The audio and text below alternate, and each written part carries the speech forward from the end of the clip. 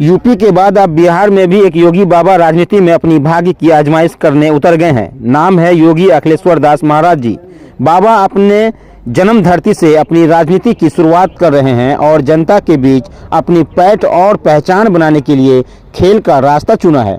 बाबा का कहना है कि जनता में पैठ बनाने के लिए खेल एक बेहतर माध्यम है। इसी को लेकर बाबा अखिलेश्वर दास मोतिहारी के ढाका खेल मैदान में 6 दिवसीय क्रिकेट खेल का आयोजन कराया, जिसमें कड़कड़ाती ठंड में भी हजारों खेल प्रेमी क्रिकेट के मैदान में खेल देखने पहुंचे।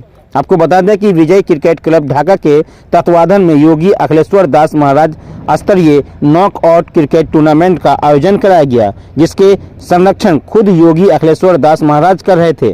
6 दिवसीय इस टूर्नामेंट का फाइनल मैच बेतिया और गया के बीच हुआ, जिसमें बेतिया ने गया को 6 विकेट से पराजित कर दिया। इस फाइनल मैच में गया की टीम ने टॉस जीतकर पहले बल्लेबाजी करने का फैसला किया और 20 ओवर में ऑल आउट कर 185 रन का स्कोर बनाया।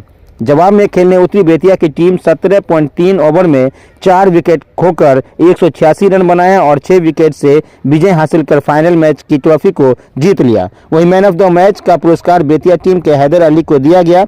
इस मौके पर खेल के माध्यम से राजनीति के मैदान में अपने भाग्य की आजमाइश कर रहे गेरुआ वस्त्रधारी योगी अखिलेश्वर दास ने बताया कि जनता के बीच अपनी पैठ बनाने का मजबूत साधन है खेल, इसलिए इस तरह के टूर्नामेंट को कराया गया है। अगर राजनीतिक पार्टी उन पर भरोसा जताती है तो वो उसे खेल के मैदान में भी जीत हासिल कर देगी और राजनीति के मैदान में भी जीत हासिल करके बताएगी। बाबा का इशारा बीजेपी के शिवहर लोकसभा सीट की ओर है। के द्वारा यह आयोजित था राज्य स्तरीय नॉकआउट क्रिकेट टूर्नामेंट। इसका उद्देश्य था खेल प्रेमियों में एक अच्छी तरह से भावना जगे और खेल प्रेमियों का ज़्यादा से ज़्यादा खेले। और यह जिस प्रकार से आयोजन हुआ, जो विजय क्रिकेट क्लब ढाका के द्वारा हुआ, उद्देश्य एक ही था कि जो एक तरह से अच्छा खेल होना चाहिए।